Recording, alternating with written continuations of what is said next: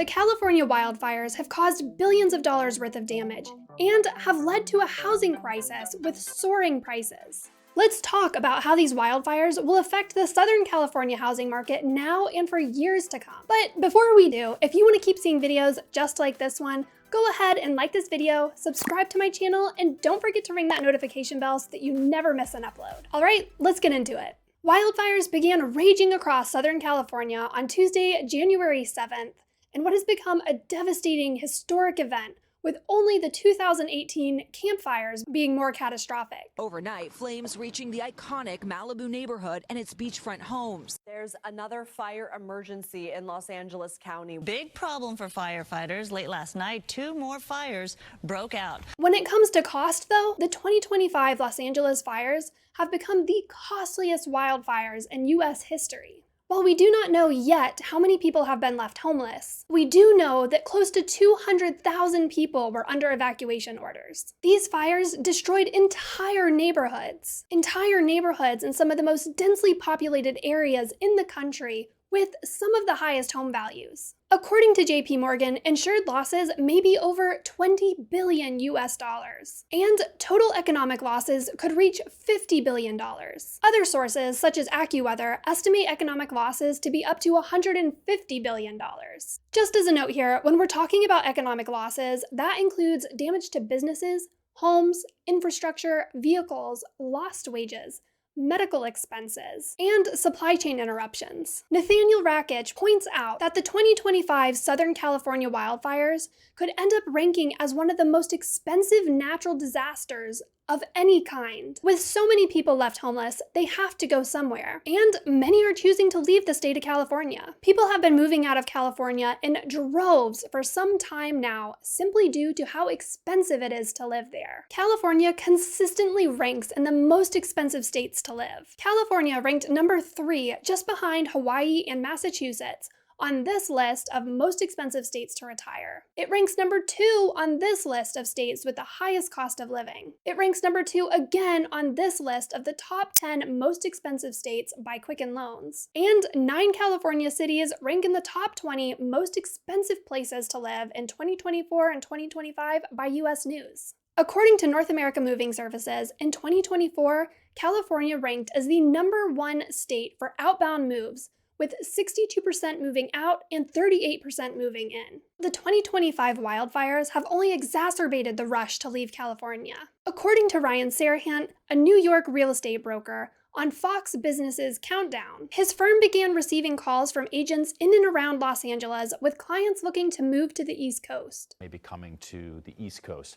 He explained that these calls picked up more and more each day as the fires raged on. So where are these people moving? Some affected by the wildfires are moving to other parts of California, and we'll talk about that in a minute. But many are leaving the state for places like Texas, Arizona, Florida, Nevada, New York, and Washington. It's important to mention here, if you saw my last video on the declining housing markets of Florida and Texas, the number of Californians being displaced by these wildfires is not high enough to turn around these markets. I've seen some people saying otherwise, and it's simply not true. To put things into perspective, the number of homes affected are less than 1% of the entire Los Angeles real estate market. Now, let's talk about the people that are staying. The Los Angeles housing market was already experiencing a housing shortage before the wildfires, and the fires intensified this shortage substantially. Before we discuss the impact of the wildfires, we need to discuss the existing housing shortage. You may be surprised to learn that the 2008 housing market crash actually has something to do with it. And not just in California, this is nationwide. Due to the number of builders that went out of business as a result of the 2008 crash, we've spent the greater part of the last 17 years massively underbuilding. As a result, we have an undersupply of new homes. Additionally, according to Redfin, 82.8% of US homeowners have mortgage interest rates less than 6%. And John Hunt, Chief Analyst and Principal with Market Insight, says it best: "You certainly don't want to give up your 3% for a 7%.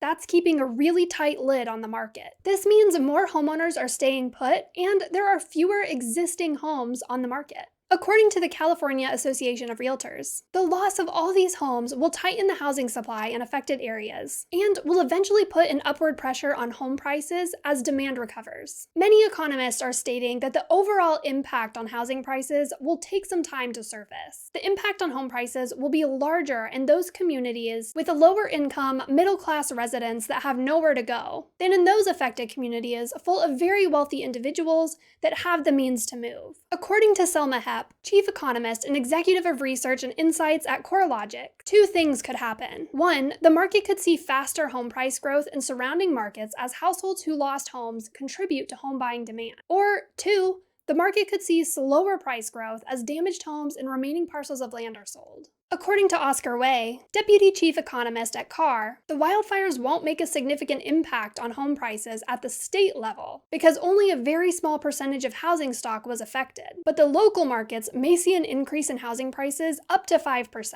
In the short term, rental prices are the true issue. Rental prices have skyrocketed as demand has increased, and price gouging has become a major problem. Price gouging. A real estate agent is facing price gouging charges. Price for renting a home or an apartment has spiked in LA in just days. A second suspected price gouger. According to a Washington Post analysis of listing data by Rentcast, rent increased by an astonishing 20% in Los Angeles County immediately after the fires. According to Rental Brigade, some properties were even relisted 900% higher than fair market value.